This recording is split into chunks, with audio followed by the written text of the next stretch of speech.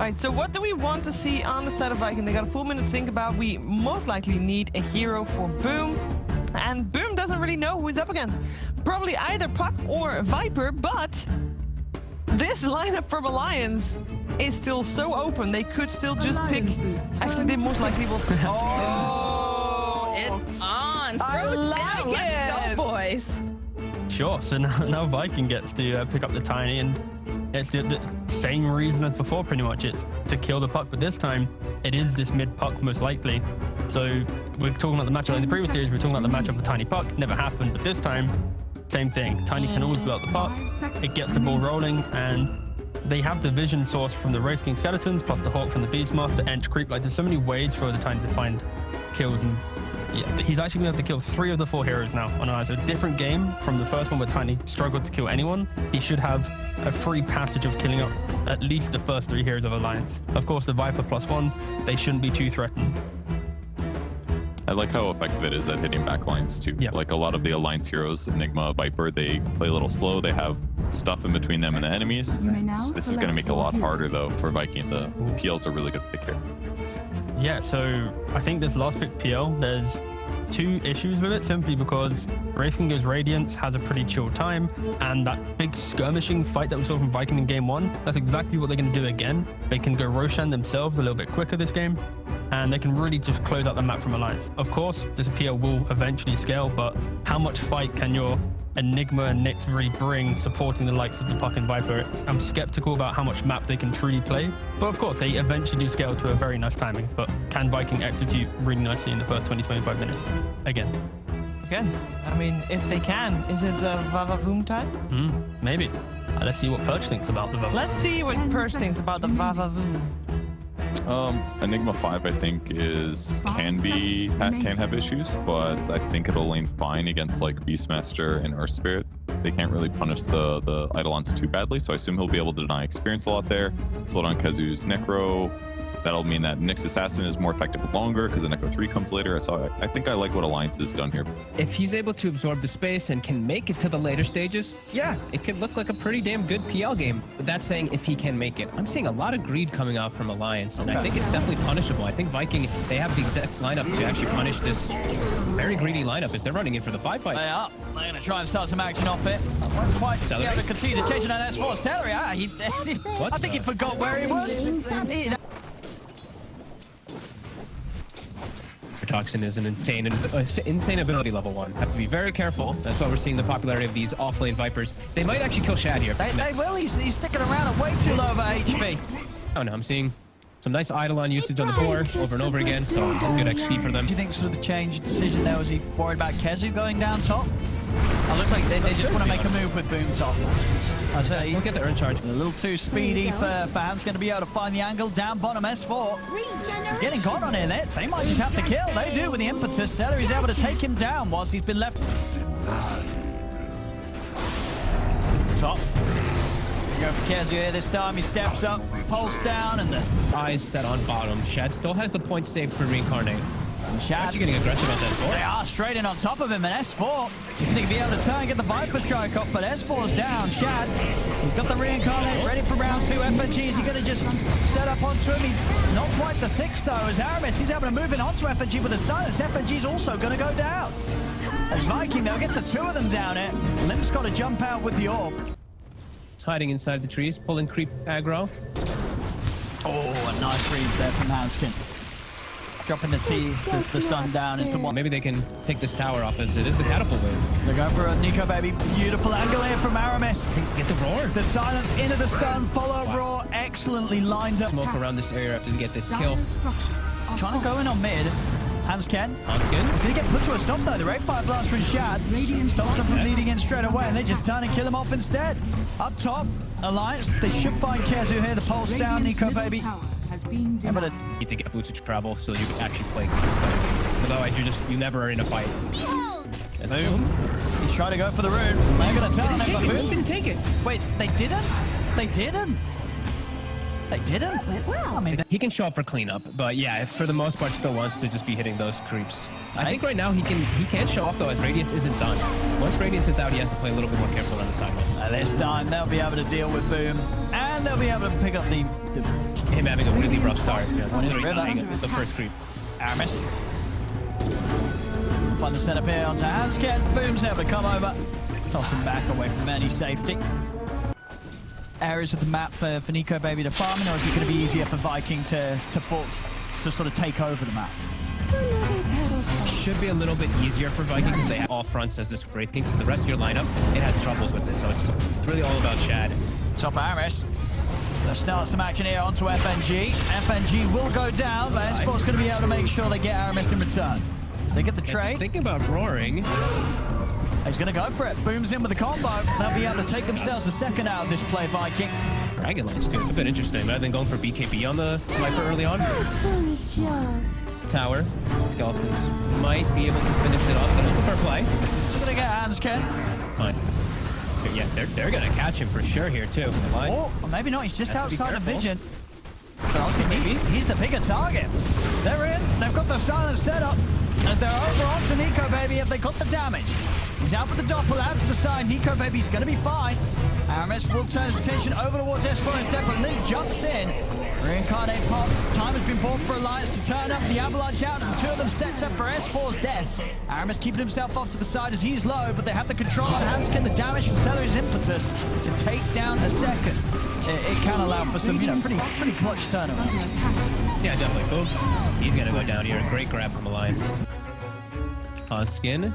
Hansken, he's going to mess this up here, Yeah. Smoke comes off for Kezu, they know that. And now Lim, he's quick with the jump, he's going to move it on to Kezu. Kezu's got the BKB, he's going to stand his ground. He pops the BKB, turns, rolls Lim, Lim's down. And now time's been bought for the rest of Viking coming from the side. Shad trying to focus onto S4, but being slowed down by the Viper strike. Nico Baby's able to finish off Kezu. As the BKB comes to an end, Nico Baby trying to find his next target, moving in onto Celery. They'll lose the first life for Shad. Combo from Boom actually bringing Nico Baby down rather low. He's going to keep running. Over to the side he goes. Shad thinking about getting back in there, but FNG's got that blink black hole. They've got to be prepared for this. In he goes with the setup onto Shad. Shad, he's going to need help. He's going to need it soon. I don't know if they can get him out of this as the toxins and the pulses on the ground just melt him. A really nice way that Boom TPing over to the tier 2. Boom is picking up his BKB from the courier as well. Roche is dying. They at least have Hawk Vision. Shad's walking in. He's walking in. And they're going to be able to take him down pretty quickly by the looks of it. He's getting very low. The BKB popped by S4 as he stays on target. Kezu steps in with the roar onto S4. FNG's in with the black hole. He's got the 4 of them. He will die. And they might actually still clean up here. As they've lost 3. It was a beautiful black hole, but a black hole for what? As they're losing the fight. Nico Baby. Oh my god. He might just die as well. They're chasing up to the high ground. FNG brought back for this. And there's got to be one of the worst fights off the back of such a beautiful black hole. A 4-man black hole into 4 heroes dead, including a dieback there from FNG. Shad's feeling himself right now. He's ready toggling to go off in. the Radiance. He's toggling off the Radiance because of the Nyx too. He's expecting him to be there. He's just charging into them. Getting kited a bit. He's taken quite a bit of damage as well on this first life, but Boom, he's able to find the jump. He's in on the S4, FNG. Steps up with the Malefist. He's looking for the target. He's going to find it. It's on the Viper. He's going to lock down onto S4. Roll forward as well from Aramis to get the angle over towards Hansken, but S4's still able to pop the BKB. Nico Baby's in on a Kezu. He'll take out the Beastmaster. See what he can turn towards now. As Limp on disc will be procced as Nico Baby's looking for Aramis. A nice blink out inside to get away. Celery's out with the Glimmer Cave. Shad just holding his ground for now as they'll turn their attention back over towards Nico Baby. Nico Baby's got to be careful. Doppels out to the side, gets his illusion step back in. As he's heading straight towards the squish, he's looking for the backlines and he'll find it. Another good pick from Nico Baby, finds Celery. See if he can move over to Boom or Aramis. They put the silence, the control there on Aramis. They take down the Ice Spirit now. They look for Boom and they'll drop the black hole, and this time it will get the job done. As Boom's down, they pop through the first life of this raking, but the outpost is still under control of Vikings, so they're able to get back in. Yeah, dude, it's so good. It's so crazy how it's an ability just for the wraparound Aramis as well. Hansken coming in to give them some info from the high ground. They're going to make the jump onto Aramis. BKB though, pistols down. Nico Baby's in on top of him. Boom trying to help out, but the call's down. The 2 of them, Aramis getting bashed up, taken down by the Vendetta hit over the backline from Shad. He's in onto S4. He'll find the Viper. Now he'll turn around to help the rest of the team. Roar from Kezu down onto Hansken. They'll beat down the Nyx assassin. It's Hansken trying to run. He's going to buy time with the yours back in the river. Shad's onto Nico Baby. Hansken finally falls. There'll be a buyback from S4. They turn towards Kezu. but Kezu TP's out. FNG's got the black hole in place to take down Shad the once, but FNG's dying. He'll go down. Shad back for round 2 as Nico Baby's trying to fight up against him. Who's able to come out on top? Doppel out to the side. There's a lot of skeletons going to work as well, but not enough as Nico Baby cleans up another. Turns now over towards Boom. In with the Abyssal. It'll be another kill here for Alliance. As they take down the 4 of them. Gets everything off his full arsenal to slow people down, and that allows Nico Baby to just rip them all to shreds. Very well played. Aegis and Cheese now for Alliance. No further interrupt. Boom up and 10. Noisy. 30 seconds till his courier's back up. All right. That's been a long 3 minutes for Shad. It really has been. The Aether Lens, look at that. Tossing them from Nomad's Land. The Tree Volley as well, S4. Taking quite a bit of damage here. They're going to try and jump in onto Shad. They should be able to get them once they do it. As Shad down one step, so they can do it a second time. Shad actually out to the side there. Good disengage as he jumps away from the initiation from Nico Baby. S4's coming in with a BKB, zoning Shad back, but S4 will fall the once. As the Aegis is gone, they take the range rack. Alliance roll forward. They're looking to set up onto S4 a second time. Kick back into the combo. Boom. S4. He's still good to go though. Now Aramis, he's in on the front. S4 will fall. Aramis, can he get out of here? Nico Baby's chasing the Glimmer Cape. They'll be able to save him. As Aramis will escape. Viking, they'll keep their melee racks alive now. And then looking to be in some trouble. Hawk, he is smoked. He's ninja geared on the side. Oh! He's found him, Kezu! He's got him in the trees. On skin. Celery. Over Celery. Oh, he's dead. Nice play. You see that too? The Carapace on the Storm, whatever the hell this is, Stormcrafter. Oh, hang on, S4, what's he doing? Oh, he's split. The Hawks can't get split. And Boom, he's jumping back in onto FNG, but FNG's just going to hold his ground, pops the BKB, drops the black hole onto Boom. Have they got the damage between the two of them to take him out? He's still got a BKB to pop, but he's going to accept his fate here. Doesn't want to waste... Waiting to see something playing around their ward vision. Using that buyback is going to be... As all Celery! Shad's going to try and help out. Celery's gone, they are going to buy back on Boom.